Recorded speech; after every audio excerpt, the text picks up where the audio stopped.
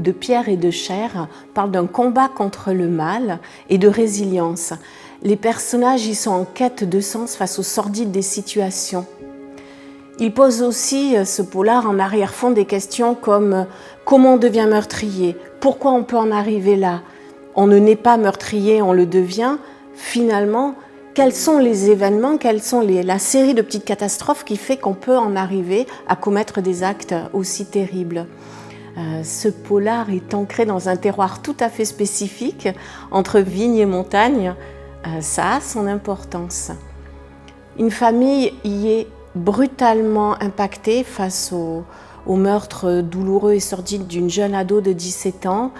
Et au fil de l'enquête, au fil de l'histoire, on se rend compte que des mémoires torturées émergent, qu'il y a du transgénérationnel assez lourd en jeu.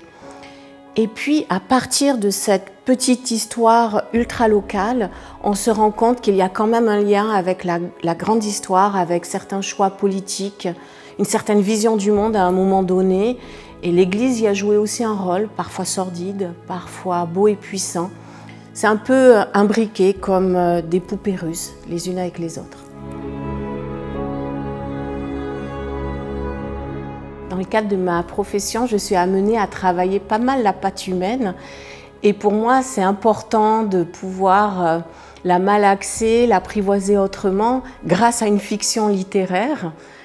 Et j'y trouve aussi énormément de plaisir. Ça m'apporte beaucoup de joie et j'en ai besoin en fait. Ça a aussi des vertus thérapeutiques pour moi.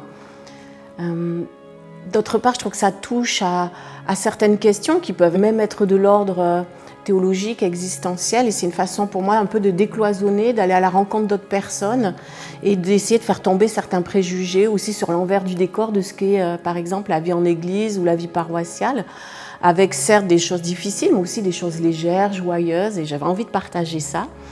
Et puis il y a quand même une ou deux histoires d'amour, et puis ça j'adore.